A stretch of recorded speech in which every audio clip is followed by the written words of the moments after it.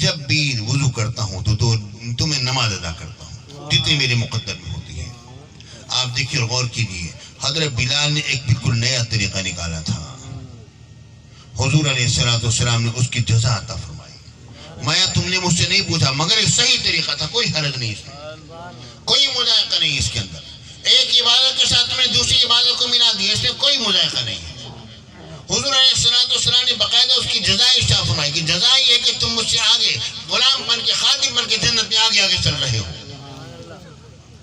یعنی ایک عبادت کو دوسری عبادت کے ساتھ ملا دینے میں کوئی حرج نہیں ہوتا۔ آپ دیکھیے غور کیجیے، اسی طرح ہم جانتے ہیں کہ ہم نے وضو کو نماز کے ساتھ ملا دیا ہے، اسی طرح یہاں پر ہم مختلف عبادتوں کو جمع کر دیتے ہیں، اور جمع کرنے کے بعد پھر باقاعدہ دعا ہوتی ہے۔ ایک ایک شے حدیث پاک سے ثابت ہے، دعا کرنا بھی ثابت ہے۔ حضرت ماعز بن مالک رضی اللہ تعالیٰ عنہ سے جس وقت کی کوئی غلطی ہوئی اور اس کے بعد ان کا مثال پاک انہوں نے توبہ فرمائی، میرے آقا نے کیا بات فرمائی؟ حضور علیہ السلام نے فرمایا لقد تاب توبۃ لو قسمت بین امۃ لوسعتهم۔ ماعز بن مالک نے ایسی زبردست توبہ کی ہے، اگر یہ توبہ پوری امت پر تقسیم کر دی جائے تو ساری کی ساری امت بخشی جائے۔ میرے آقا نے فرمایا استغفروا لماعز بن مالک، ماعز بن مالک نے استغفار کرو۔ آپ غور کیجئے، یعنی کسی کا وصال ہو جائے تو اس کے دوسرے یا تیسرے دن آ کر باقاعدہ دعائے استغفار کرنا، یہ مسلم شریف کی حدیث پاک سے ثابت ہے۔ میرے آقا دوسرے یا تیسرے دن حضرت ماعز بن مالک کے کاشانے پر تشریف لے گئے تھے اور حضور علیہ السلام نے وہاں پر جا کے دعا فرمائی تھی۔ آپ غور کیجئے پیارے ساتھیوں کہ یہ ایک کلخانی ایک ایک شے سنت مصطفیٰ سے ثابت ہے، بس یہاں پر یہ ہے کہ ہم نے ان تمام طریقوں کو جمع کر دیا ہے، تمام طریقوں کو جمع کر دیا ہے، اور ایک اچھا عمل ہے اور یہ اصال ثواب ہوتا ہے۔ اور یہاں پر جو ہم حضرت قبلہ الحاج میاں امیر محمد صاحب مرحوم مغفور کی یاد میں یہاں پر بیٹھے ہوئے ہیں، یہ اصل میں بزرگان دین کی آل سے ہیں، اور بزرگوں کی آل دیکھیے غور کیجئے، یہ ایک ایسی چیز ہے جس کا آپ انکار نہیں کر سکتے ہیں۔ انسان کے جنت میں جانے کے لیے بہترین چیز کیا ہے؟ رب العالمین کی عبادت کریں، اور درجات جو بڑھتے ہیں وہ کس طرح بڑھتے ہیں؟ وہ حضور علیہ وہ اپنے اعمال کے ذریعے سے بڑھتے ہیں، اور دوسرے یہ کہ بزرگان دین کی جو اولاد ہوتی ہے ان کے بھی درجات کو بڑھا دیا جاتا ہے۔ اب مختصر انداز میں ایک بات کرتا ہوں، مسیح چاہتا ہوں، یعنی جب کوئی انسان نیک عمل کرتا ہے، جب کوئی انسان اچھا عمل کرتا ہے تو اس کے اعمال جو ہیں وہ اس کو جنت میں اس کی ترقی درجات ہوتی ہے۔ ایک ہے دخول جنت، ایک ہے درجات جنت، یہ مختلف چیزیں ہیں۔ دخول جنت بغیر حضور علیہ السلام کو شفاعت کی ممکن نہیں ہے، یہ بات ذہن میں رکھنی ہے۔ حضور علیہ السلام کی شفاعت کے بغیر دخول جنت ممکن نہیں ہے۔ دخول جنت جو ہے میرے آقا کی شفاعت ہوگی تب جا کے دخول جنت۔ نعرہ تکبیر، نعرہ رسالت، نعرہ خلافت، نعرہ حیدری، حضور غزالی زمان صاحبزادہ سید ارشد سعید صاحب کاظمی۔ پیارے ساتھیوں، دو تین چیزیں ہیں، غور فرمائی۔ ایک ہے دخول جنت اور ایک ہے درجات جنت۔ حضور علیہ السلام نے فرمایا، بخاری مسلم کی حدیث ہے، تم میں سے کوئی شخص بھی جنت میں اپنے اعمال کے ذریعے سے داخل نہیں ہو سکتا۔ لن يدخلن احدكم في الجنة باعمالكم، تم میں سے کوئی بھی شخص اپنے اعمال کی وجہ سے جنت میں داخل ہو جائے ممکن نہیں ہے۔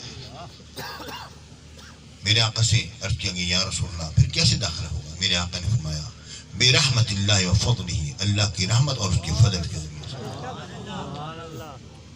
اب اللہ کی رحمت اور فضل کیسے ہوگا؟ پیارے بھائیو، حدیث پاک میں آتا ہے جب سب لوگ پریشان ہوں گے، نفسا نفسی مچی ہوئی ہوگی، ہر بندہ کہے گا کوئی ہے جو کہ میدان عدل کو قائم کرنے کے لیے رب کی بارگاہ میں سفارش کرے، تو حضور علیہ السلام تنہا کھڑے ہوں گے۔ جب سب لوگ حضور کی بارگاہ میں جائیں گے، میرے آقا میدان عدل کو قائم فرمائیں گے اور قیامت برپا ہوگی اور سلسلہ ہوگا، اور اس کے بعد پھر جنتی جنت میں داخل ہوں گے۔ جب جنتی جنت میں داخل ہو گئے، اب کیا ہے پیارے بھائی؟ اب دیکھا جائے گا اس نے عمل کیسا کیا تھا، اس بندے نے کیسا عمل کیا، جیسا عمل کیا اس کے مطابق جزا ملے گی۔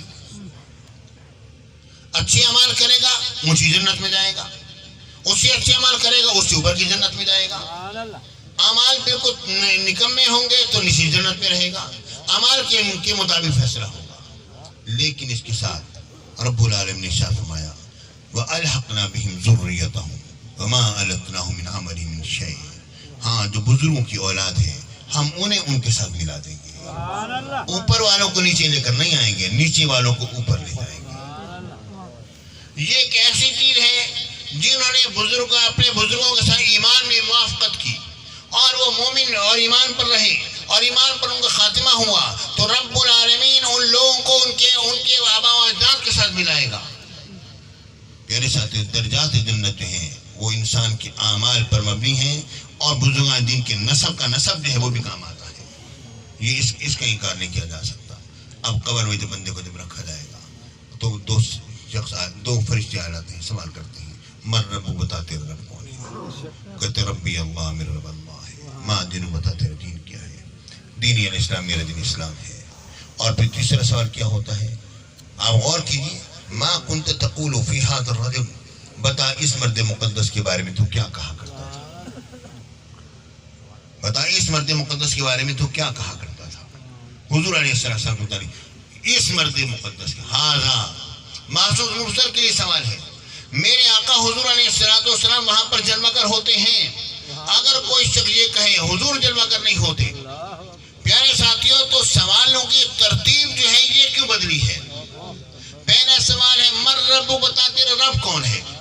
دوسرا سوال ہے ما دین، بتا تیرا دین کیا ہے۔ تیسرا سوال یہ ہونا چاہیے تھا مر رسول، بتا تیرا رسول کون ہے، یہ سوال ہوتا، مگر یہ سوال نہیں ہو رہا۔ پوچھا جا رہا ہے ما کنت تقول فی ھذا الرجل ما علمک بھذا الرجل، میرے آقا کا دیدار ہوتا ہے اور پھر سوال کیا جاتا ہے بتا ان مرد مقدس کے بارے میں تو کیا کہا کرتا تھا۔ اب یہ بات مجھے فرمائیے، قبر میں کوئی ہے نا جو آئے ہیں؟ یہ تو ماننا پڑے گا، کوئی ہے جو آیا ہے۔ اب یہ مجھے بتاؤ وہ حضور ہے یا کوئی اور ہے؟ اگر کہتے وہ حضور نہیں ہے، نعوذ باللہ معاذ اللہ، تو جواب دینے والے نے جواب دیا میں گواہی دیتا ہوں کہ اللہ کے سچے رسول ہیں، جانا بالبینات والہدی، یہ ہمارے پر نشانی اور ہدایت لے کر آئے، فاجبناہ واتبعناہ، ہم نے ان کی ہدایت کو قبول کیا اور ان کی تابعداری کی۔ اگر وہ حضور علیہ السلام نہیں ہیں تو پیارے بھائی یہ بتاؤ پھر وہ کون ہے؟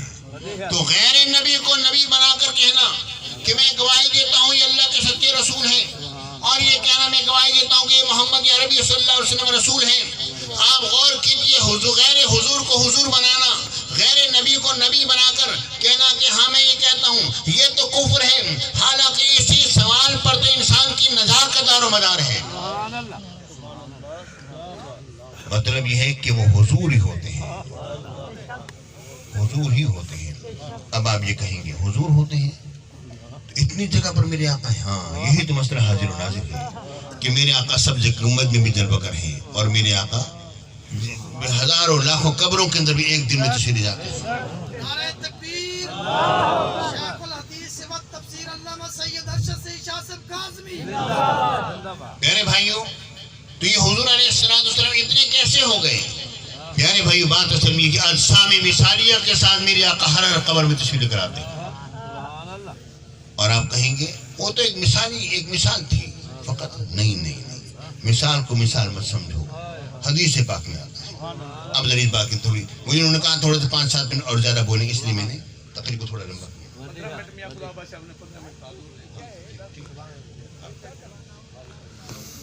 ذرا دیکھیے، غور کیجیے